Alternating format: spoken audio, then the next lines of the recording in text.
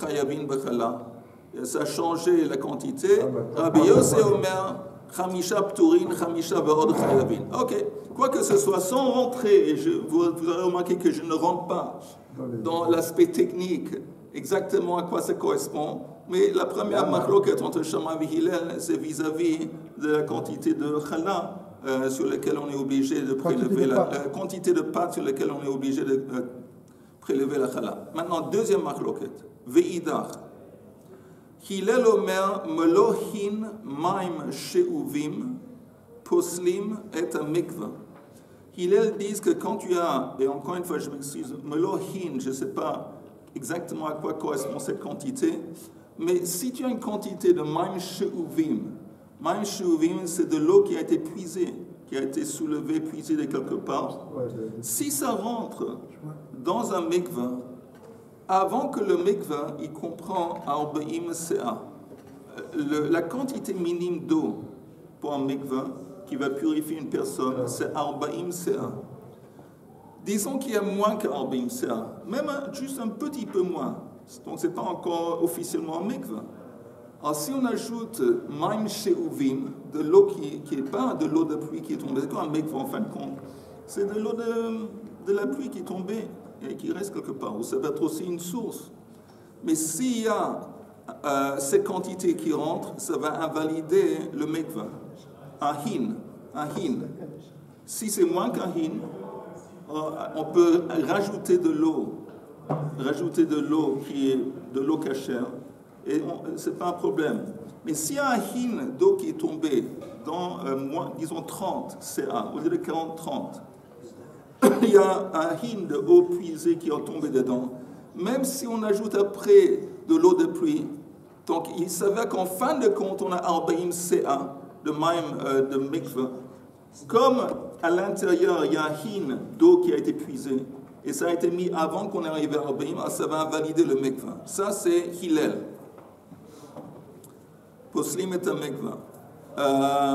Et entre parenthèses, la Gemara dit, Hillel a utilisé le terme hin. Shechayav Adam Lomar belashon rabo.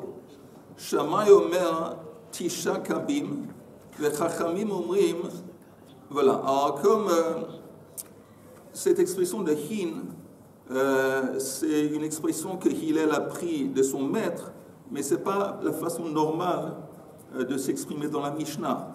En dépit du fait que ce n'est pas la façon normale de s'exprimer, ça c'est la façon que son maître s'exprimait. Donc lui aussi il a utilisé le terme hin comme son maître. Ça c'est en parenthèse.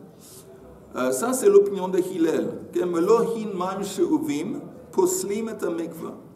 Entre parenthèses, Shechayav Adam Lomar belashon rabo. Maintenant, Shammai Omer Tisha Kabin. Lui, Shammai dit que non, c'est moins qu'un hin, c'est Tisha Kabim. En fin de compte, je ne sais pas si c'est moins. Mais il dit... Parce que Rachid dit que hin, c'est 12 kabines. Ah, 12 kabines. Alors, c'est moins qu'un hin. Mais lui, il dit que Tisha kabine d'eau, ça va invalider le mikveh. Et Chachamim omrim, et Chachamim, encore une fois, ils sont contre les deux. L'eau que divrezé, l'eau que divrezé. Ad shebao. Et ils n'ont pas dit Chachamim, quelle est leur opinion. Écoutez, Ad shebao, shnei gardiim. Gardiim, c'est des gens qui tissent, je pense. Leur travail, c'est des gens qui sont en train de... Des tisseurs. Jusque deux gardiim sont arrivés, Misha'ar ha'ashpa. Ils venaient du sha'ar. Comment on appelle sha'ar en français? L'entrée, la porte. Le portail de la pourriture, je crois. Oui, ashpa, la pourriture à Yerushalayim. Vehe'idu. Et ils ont rapporté un témoignage au nom de Shemaya Vavtalion, chez Shlosha Lugin Maim, chez Uvin, Poslim et un mikveh. Que la quantité qui va invalider le mikveh, c'est 3 Shlosha Lugin Maim, et c'est ça qui va, invalider le mikveh. Kimu Chachamim et Divrehem. Ok, ça c'est l'halakha. L'halakha c'est comme ça. Encore une fois, je vous prie de m'excuser. Que je ne sais pas à quoi correspond exactement la quantité de shlosha lugin. Ici, un tableau de comparaison. Ok, mais tu vois combien c'est quoi la quantité qui correspond à shlosha lugin maim? Un certain nombre de litres, ça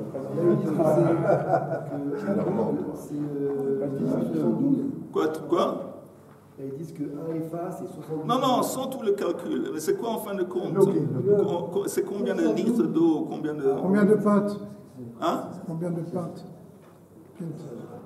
Je ne sais pas. Mais de toute façon, vous entendez, juste pour vous répéter cette halakha que vous allez comprendre.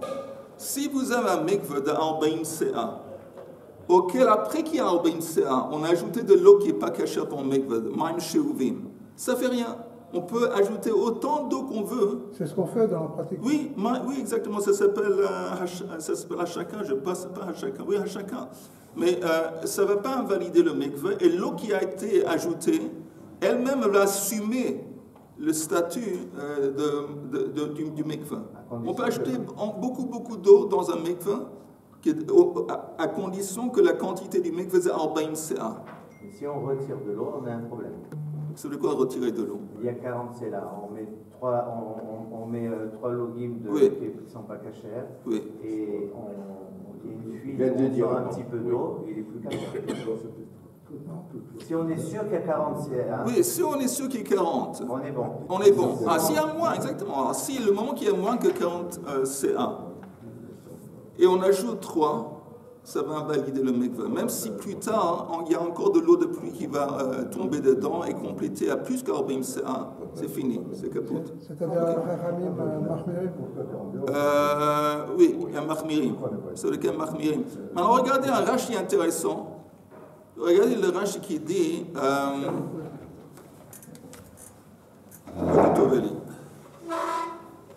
Regardez le Rashi qui dit un petit peu plus en bas. Shnei gardeim mishar ha'ashpot. Ouais. Vous voyez? Oui, dans Masechet. B'masechet eiduyot meferesh lama huskar shem umanutam. Dans la Masechet eiduyot, il demande pourquoi est-ce qu'on a eu besoin de préciser quelle était leur occupation. Leur métier. Pourquoi il y a un besoin de le dire? Oui, c'est ça. Lama huskar shem umanutam. Et en plus, Veshem mekomam. Et pourquoi il y avait une obligation de dire de quel endroit il venait? Il venait de Shar Hashpot. C'est très juif ça de donner. Mais pourquoi?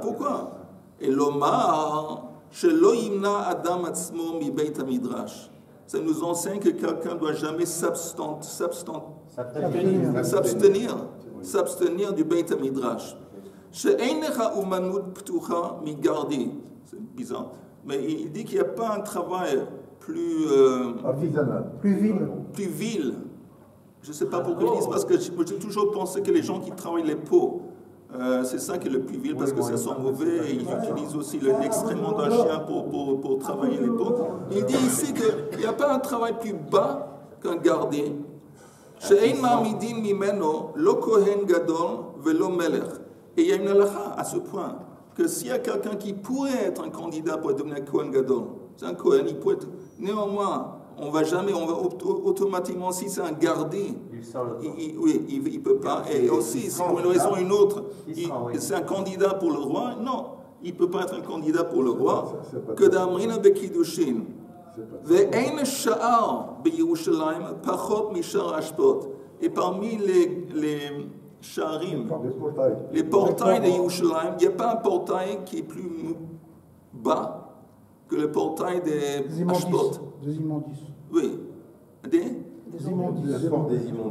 Oui. Alors, il n'y a pas un char qui est plus bas que ça. Donc, on a deux individus qui ont un travail, comme on dit à la Panim, qui est très bas. Ils viennent d'un endroit, le char des immondices. Oui, qui est très bas. Et en dépit de tout ça,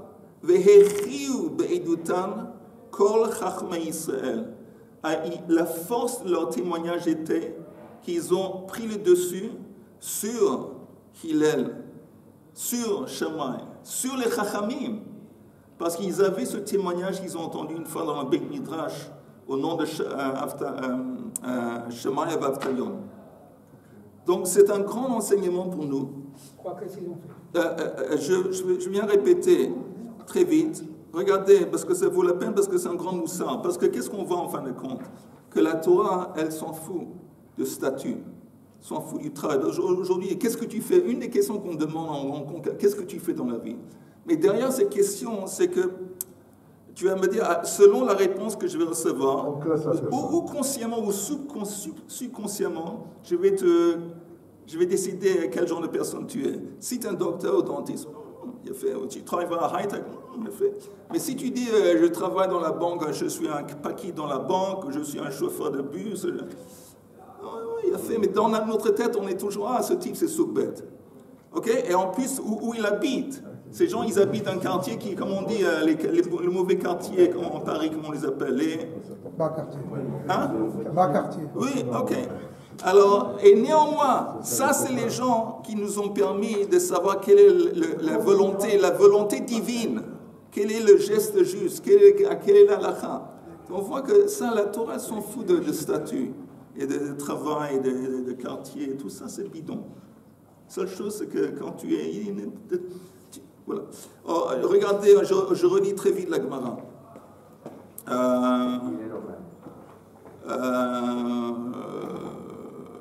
Alors, encore une fois. Shammai Omer Tisha Kabin. Non, pardon, Hillel Omer.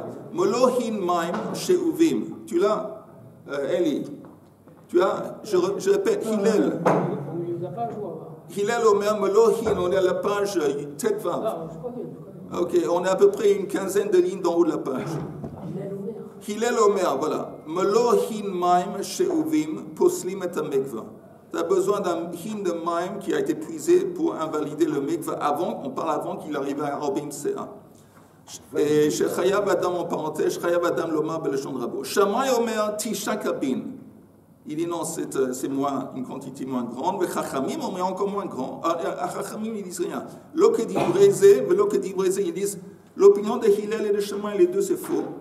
Ad Shebao, Shnei Gardeim Mishar Ha'ashpa. שבירושלים, והעידו משום שמעיה ואבטליון, ששלושה לוגין מים שאובים פוסלים את המקווה.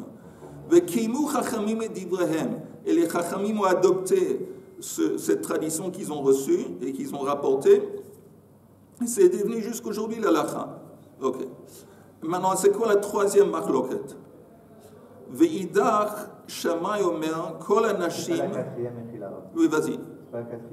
Non, ce qu'on a vu maintenant, c'est la deuxième. Maintenant, on va voir la troisième. Il n'y a pas 4 marloquotes. Entre Shammai et Hillel, on s'est permis de commencer à apprendre avant que tu es venu.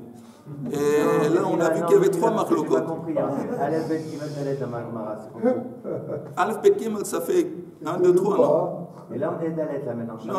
Non, c'est la troisième marloquette. Ah, tu regardes le Gimel près de Shlosha. Je regarde le Gimel, chez Chayav Adam Lomar, Belashon Rabot. Shammai Omer. Et le Dalet, c'est Shammai Omer, Kol Anashim. Ah, tu entends, je vais te dire. Le Gimel, ça n'a rien à voir.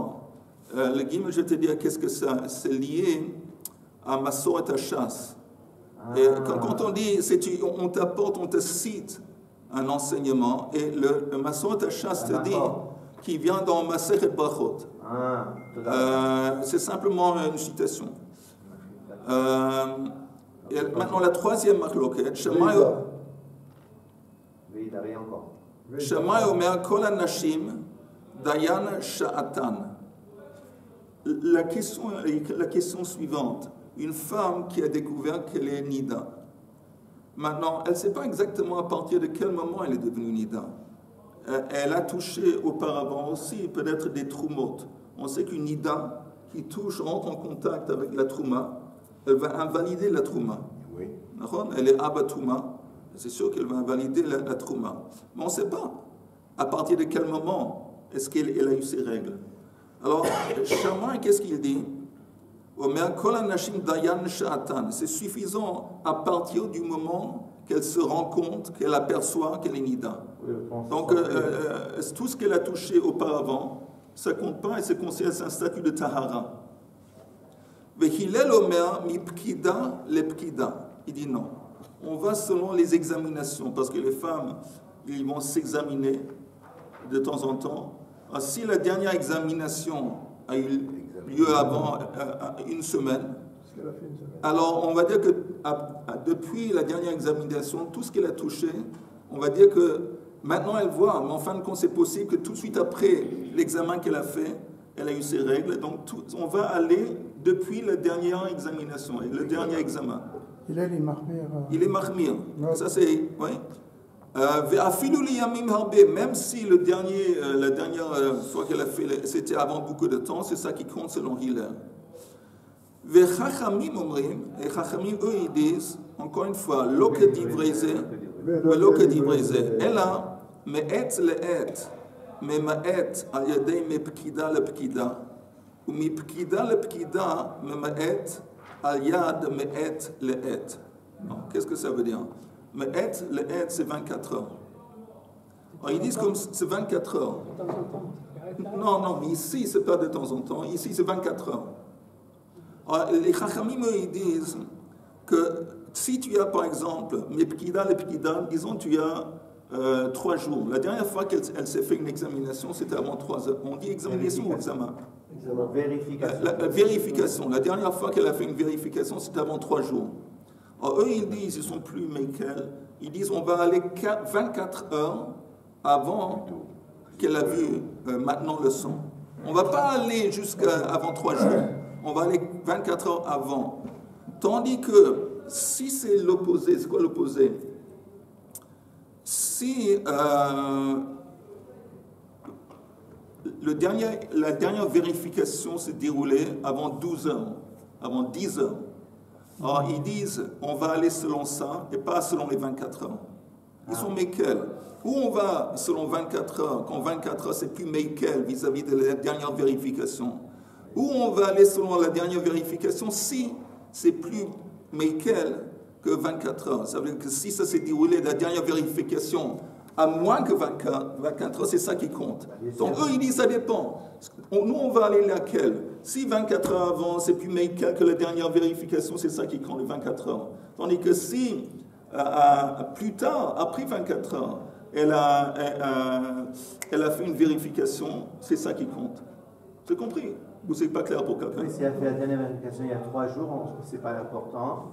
On ira selon 24 heures. Exactement. Et si c'est l'opposé? C'est moins de 24 heures, c'est 12 voilà, heures. Voilà, c'est ça qui compte. Ok. Regardez juste un Rashi. Et la halakha, elle est comme ça, non?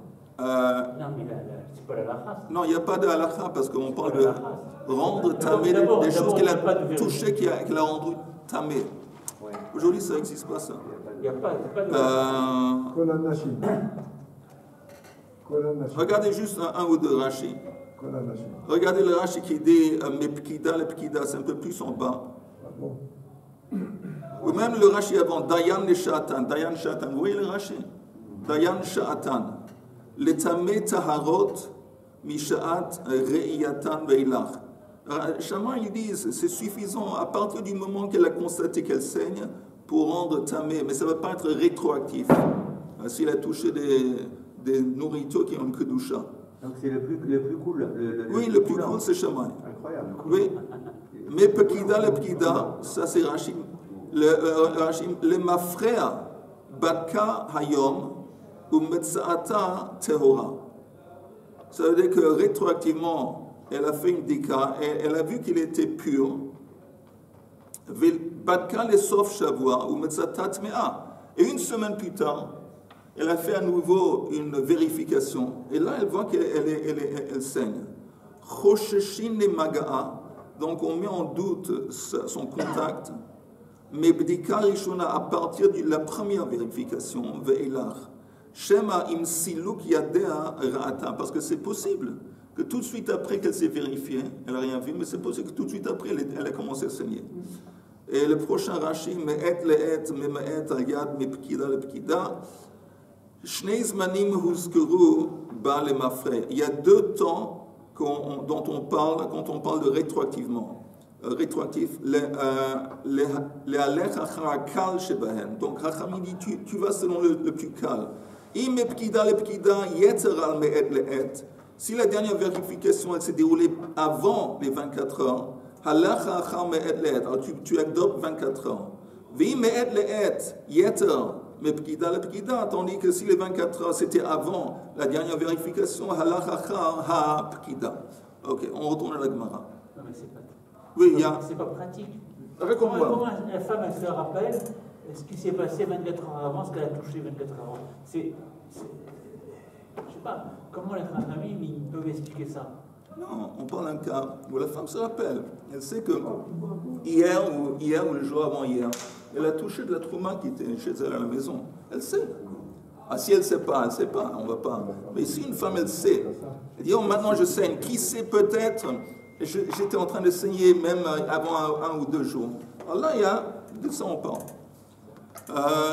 Je continue dans la Gemara, et la Gemara dit, ça, c'est seulement ça. Il n'y a pas d'autres disputes entre Shammai et Hillel. Vetu leika, on n'a pas d'autres disputes. Vehaïka, Hillel omer lismoch, ve Shammai omer shelo lismoch. Vous vous rappelez, on avait vu que Shammai permet Yom Tov ou le Shabbat de faire smicha. Smicha, c'est de poser les mains. Le propriétaire, il pose les mains sur la tête de l'offrande. Et Shammai, il interdit de faire ça. Pourquoi, en parenthèse? Parce que ça ressemble à chevaucher sur un animal. C'est quoi chevaucher? C'est interdit de chevaucher sur un animal, de peur que pendant que tu chevauches, tu vas casser une brindille ou une branche pour taper l'animal pour qu'il va aller plus vite. Maintenant, quand il pose, c'est des rabbanan, c'est shvout. Quand il pose ses mains, il pose tout le poids de son corps. C'est pas simplement qu'il pose les mains. Il se repose sur l'animal. Alors, ça ressemble un petit peu à chevaucher. Donc, Beit Shammai disent que c'est un interdit de rabbanan pendant un Shabbat ou Yom Tov. Et Hillel, eux, ils permettent. Pardon? Pour quelle raison il va s'appuyer sur l'animal? Parce que l'acte de smicha, c'est un acte d'identification avec l'animal.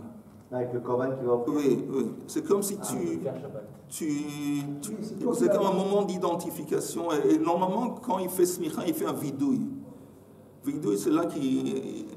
Alors, il ne va pas y avoir de vidouille pendant Shabbat ou Yom Tov. Mais parce que ça va avec un khatat ou un hacham. Mais même d'autres offrandes aussi, c'est un moment d'identification. Tandis que Hillel, lui, il permet de faire smicha. Alors, on voit bien que c'est une autre marloquette. Pourquoi ce n'est pas mentionné parmi les 3? Et la Gemara répond, Ki kamar Rav Huna, heich de leika plukta de Rabavata bahadayu. Les 3 marlokot que Rav Huna a dit qui ont existé entre Shammai et Hillel, c'est que ça ne fait pas partie de marlokot antérieures qui concernaient d'autres chachamim. C'est unique à Shammai et Hillel, ces disputes. Tandis qu'ici, c'est une marloquette qui concerne des gens qui habitaient, qui vivaient, même avant Hillel et Shammai, il y avait une marloquette sur ce point, si on peut faire smicha ou pas. Donc c'est pour ça qu'il n'a pas mentionné ça. Vehaïk, il y a une autre marloquette à Botser le Gat. Quelqu'un qui presse des raisins pour faire du vin. Shammai omer hursha, Hillel omer lo hursha. Shammai dit, vous vous rappelez, on a parlé de ce principe hier ou avant quelques jours, que pour qu'une nourriture ou une récolte soit sensible à la touma, elle doit devenir mouillée. Elle doit devenir mouillée, elle doit rentrer en contact avec du liquide. Il y a 7 liquides. Les 7 liquides, c'est la rosée, l'eau, le lait, le miel, le vin, l'huile. Il y en a un 7e, peut-être c'est l'urine, je ne sais pas. Quoi que ce soit, on a besoin que ça devienne mouillé et que le propriétaire de la récolte ait envie qu'il va pleuvoir. Oui, il a eu envie que ça va se mouiller, parce que sinon ça ne marche pas. Et on est en train de parler ici de jus qui sort de raisin qu'on est en train de presser. Maintenant, ce jus, est-ce que c'est un liquide qui va rendre les autres raisins ou d'autres choses sensibles à la touma? Beit Shammai, ils disent que ça va rendre justement, ça va l'archir les autres raisins à la touma. Et Beit Hillel disent que non. Avec Hillel omer lo hursha. Et on dit ça, on n'inclut pas cette marloquette parce qu'en fin de compte, plus tard, Hillel s'est mis d'accord avec Shammai. Barmine à part ça, d'ahi, de hatem kashatikle Hillel le Shammai. Parce qu'apparemment, plus tard, Hillel, il s'est tué dans le sens qu'il a accepté l'enseignement de Shammai. Donc, c'est pas. Donc, en fin de compte. Ça veut dire sensible à Touma de la part de raisin vis-à-vis du raisin lui-même. C'est-à-dire que כל זרע אשר יותן עליו מים c'est ce qu'on dit. ויפול עליו נבלה או משהו, c'est écrit dans la Torah que n'importe quel grain de récolte שיותן עליו מים, que du liquide. Avant le Tevel. Oui, avant le Tevel. Même avant le Tevel. Oui. À part, on ne parle pas de récolte qui est toujours attachée à la terre. Si on a une récolte qui est attachée à la terre et il pleut, on ne parle pas de ça. Mais le moment que ça a été récolté ou cueilli, alors là, est-ce que cette récolte, si elle rentre en contact avec un chéretz, quelque chose de tamé, est-ce qu'elle est tamée? La réponse est, ça dépend. Si auparavant, après qu'elle a été cueillie, elle est devenue mouillée, et elle est devenue mouillée dans le sens que le propriétaire, il est content qu'il a plu. Pourquoi il est content? Il est content qu'il a plu parce qu'il a voulu de la pluie pour son puits, il voulait de la pluie pour son champ, c'est-à-dire il a voulu qu'il va pleuvoir. Alors là, la pluie qui est tombée sur sa récolte va la rendre sensible à partir de ce moment à recevoir la touma. C'est pas tamé, mais elle le rend sensible à la touma. Même une fois que c'est sec, ça va se sécher. Si un jour plus tard, 2 jours plus tard, quelques jours plus tard, ça rentre en contact avec quelque chose de tamé, ça devient tamé. Mais si il n'y a pas un liquide qui est tombé dessus, ou si un liquide est tombé dessus sans que le propriétaire a voulu, non, un chéretz qui va toucher ces grains ou cette récolte, la récolte reste insensible à la touma. Question. Oui. Mais là, on parle du liquide lui-même. Oui. Parce que jusqu'à présent, vous avez expliqué Oui. Les grains. Une récolte qui est en contact avec un liquide. Oui. Et là, on parle du liquide lui-même, le vin. Oui. Mais j'ai dit que en train de presser des raisins. Donc c'est possible qu'il y ait une grande quantité de raisins. Maintenant, il a pressé une quantité. Il y a du jus qui tombe un petit peu par-ci par-là et qui est tombé sur d'autres raisins. Et puis alors là, c'est les autres raisins. Qu'est-ce qui se passe? Est-ce que les autres raisins sont maintenant, ils ont été hurcherou les touma ou l'eau? Mais à part n'importe quel le liquide qui sort des raisins, c'est déjà considéré comme du vin? C'est pas important. Ah oui, c'est considéré comme du vin. Exactement, parce que ce sont 7 espèces de liquides qui peuvent cachériser en quelque sorte, qui peuvent rendre les choses... Ce qui sort du grain de raisin, c'est du vin déjà. Dans le contexte de l'archir les touma, apparemment oui.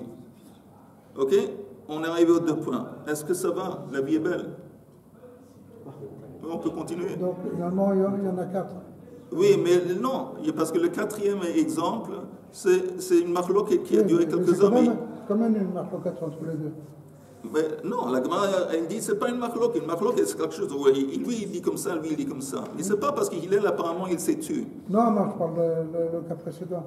C'était le cas précédent. Ah, oui, mais ça non plus, parce qu'on parle de marloquettes qui sont uniques à Shammai et Hillel, et qui ne sont pas accompagnées par des marloquettes antécédentes. On continue, Richard? Oui, non, raconte-nous ta vie. Il y a un truc. On continue.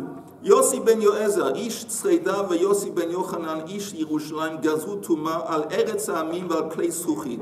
On avait dit qu'avant, qu'eux, ils ont décrété qu'il y a la touma sur les nations et aussi sur du verre.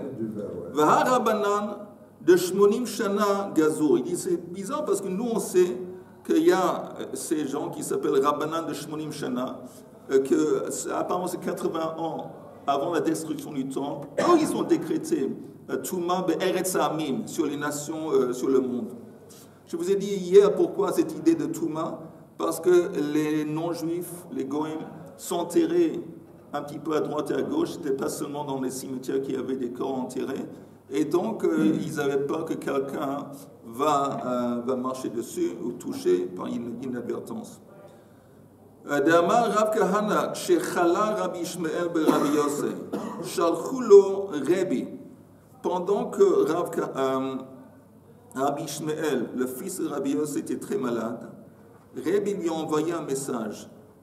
Avant qu'il décède, il voulait apprendre de lui des traditions. Alors il lui a dit, Eimor lanu, Shnaim veshlosha dvarim, she'amarta meshum avicha. Raconte-nous, si tu peux, si tu veux, 2 ou 3 enseignements que tu as reçus de ton père, qui était Rabbi Yossé.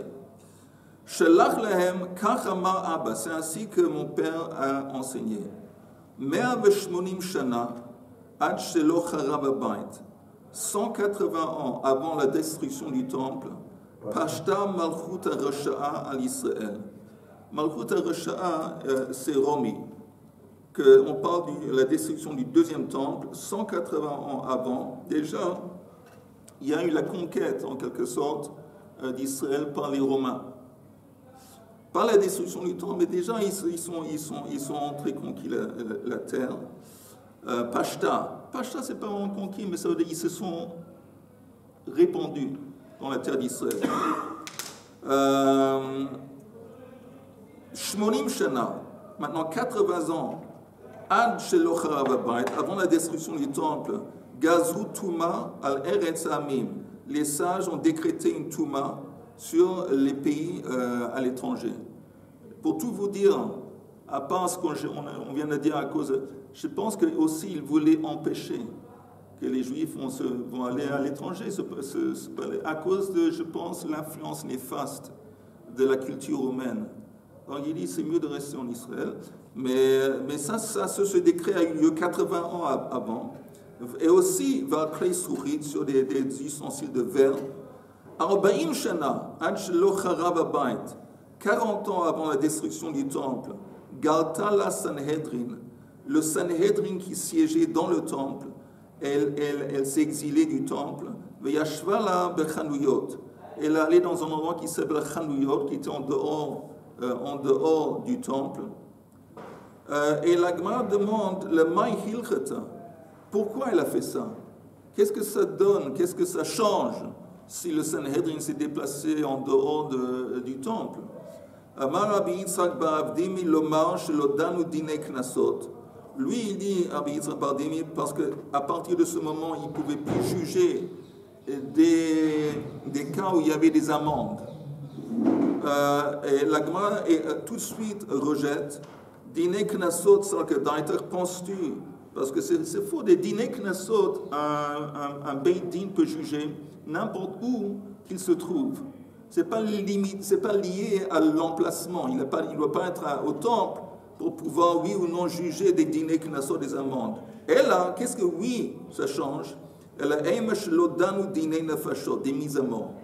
Il ne savait pas ça. Oui, on ne peut pas juger des cas où il y a une mise à mort en dehors du temple. Il ne savait pas ça, Rabbi Yitzhak ben... C'est une bonne question. Je n'ai pas de réponse. Mais c'est pour ça qu'ils sont... Maintenant, pourquoi, en fin de compte, ils ont fait ça? 40 ans avant la destruction du temple. Il y avait le Sanhedrin. Oui, on parle du Sanhedrin. Mais pourquoi le Sanhedrin? Justement, pourquoi il a quitté 40 ans avant?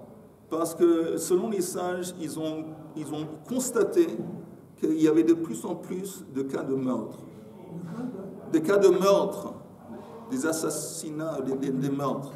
Et donc, ils ont dit que si on commence à mettre à mort des gens à cause des... On va tuer beaucoup de gens. Et ça, ils ne voulaient pas faire. L'idée d'une mise à mort, c'est intéressant, la Torah parle constamment, parle beaucoup de mise à mort.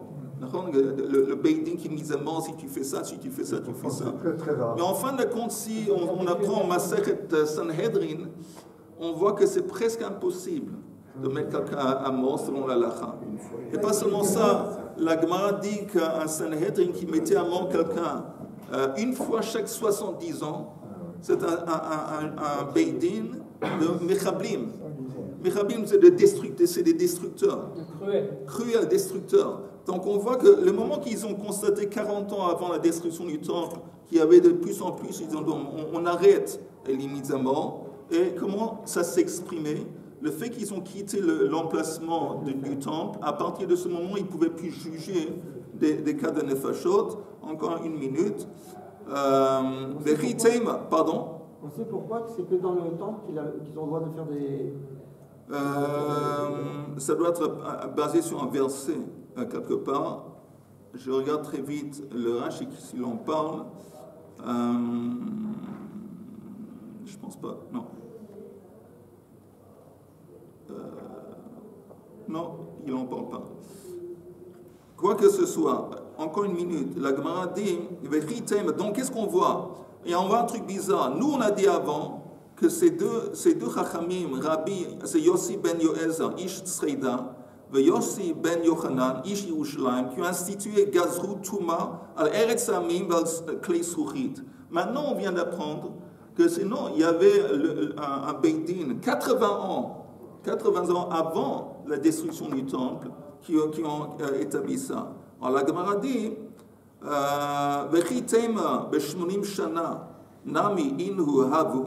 Si tu me dis que Yossi ben Sreida, Yossi Yochan ben chose, si tu me dis qu'il vivait à la même époque, Vahat Tanya Hillel v'Shimon Gamliel v'Shimon Nahagun Nesiutan bifnei habayit mea shana, que eux ils étaient nassis déjà un siècle avant la destruction du temple.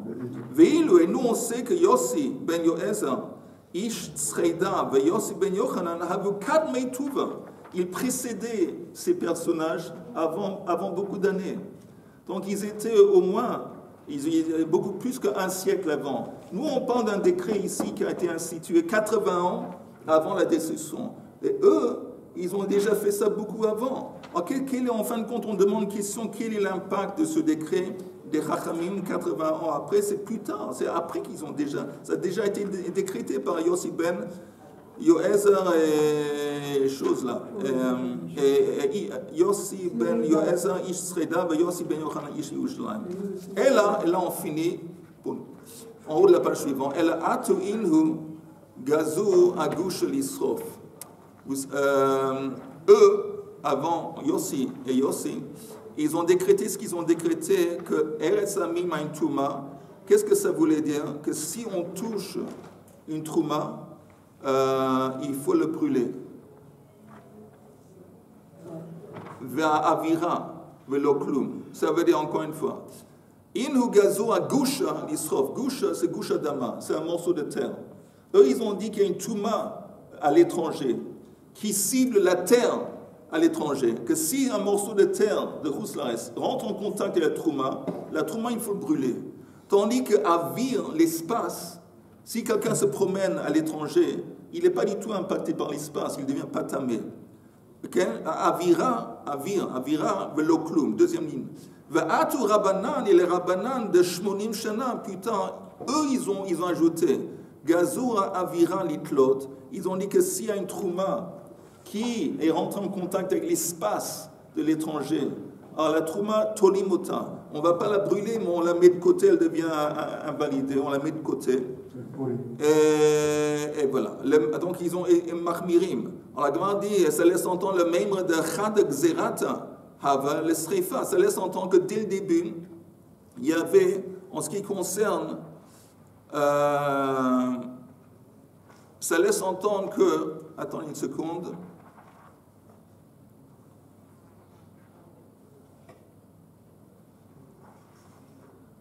pour mieux comprendre, mieux intégrer, je vous propose qu'on va bien se reposer le Shabbat. On va reprendre des forces et on va reprendre ici en haut de la page Tet Vav Amud Bet. On va se rappeler de la question, ça c'est très important. Je vais tous vous demander quelle est la question. Et Bezrat Hashem Dined, on va essayer aussi d'apporter la réponse qui est dans la Gemara.